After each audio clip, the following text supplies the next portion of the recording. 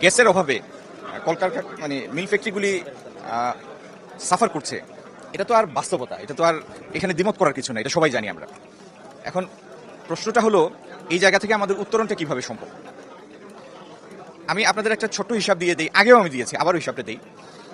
আমরা এই মুহূর্তে মাটির নিচ থেকে গ্যাস তুলি প্রতিদিন 1700 MMCFD, আর আমাদের দুইটা এফএসআরইউ আছে, যেটা floating FSRU, floating regasification unit, যেটা এলএনজি এনে, এলএনজিটা তো তরল, এটা যখন পাইপে দিবেন তখন এটাকে গ্যাসে কনভার্ট করে পাইপে দিতে হয়।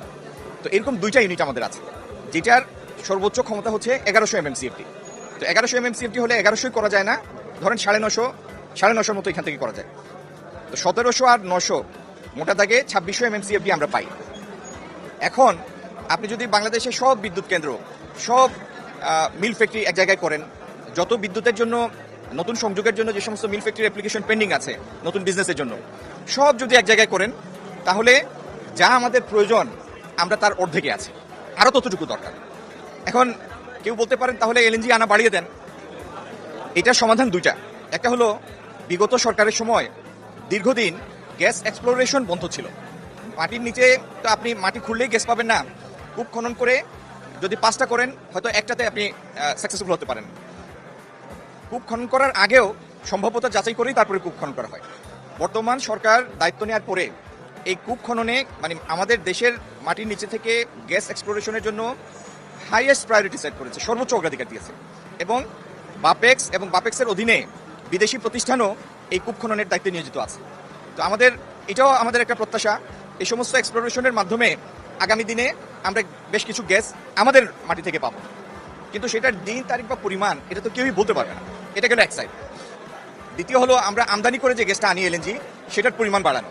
সেটার পরিমাণ ইচ্ছা করলেও কেউ বাড়াতে পারবে না যতক্ষণ না আরও এফএসআরইউ ইনস্টল করা হয়। এখন এফএসআরইউ রিগ্যাসিফিকেশন ইউনিট ফ্লোটিং, এটা এমন কোনো জিনিস না যে আপনি কোনো জায়গা থেকে গিয়ে রেডিমেড কিনে আনতে পারবেন, এটা বানাতে হয়। আচ্ছা, সেটার জন্য বছর দুয়েক সময় লাগে অর্ডার দেওয়ার পরে। আর যেখানে এফএসআরইউটা আসবে সমুদ্রের, এটি তো একদম মাটিতে আসতে পারে না।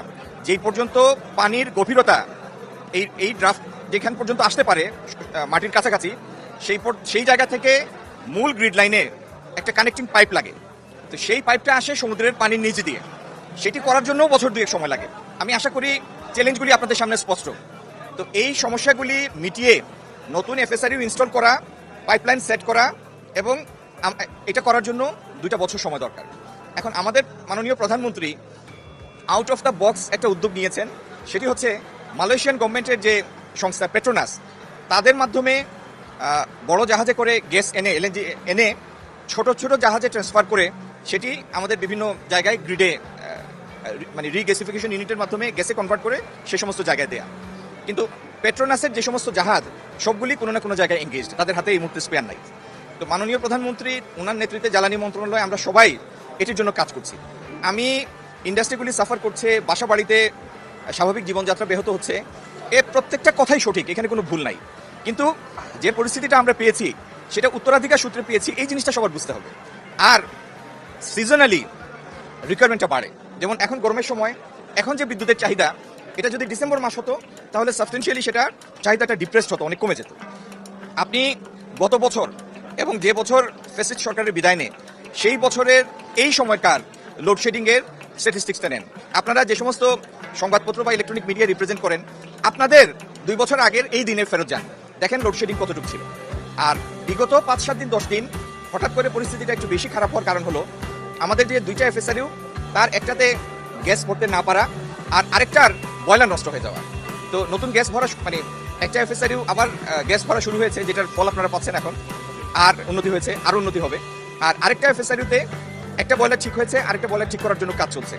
এটি কাজ সম্পন্ন হলে আপনারা 2টা এফএসআরইউর পুরা গ্যাস যদি আমরা পাই, তাহলে আমরা মনে করেন আজকে থেকে 1 মাস আগের অবস্থায় আবার ফেরত যাব।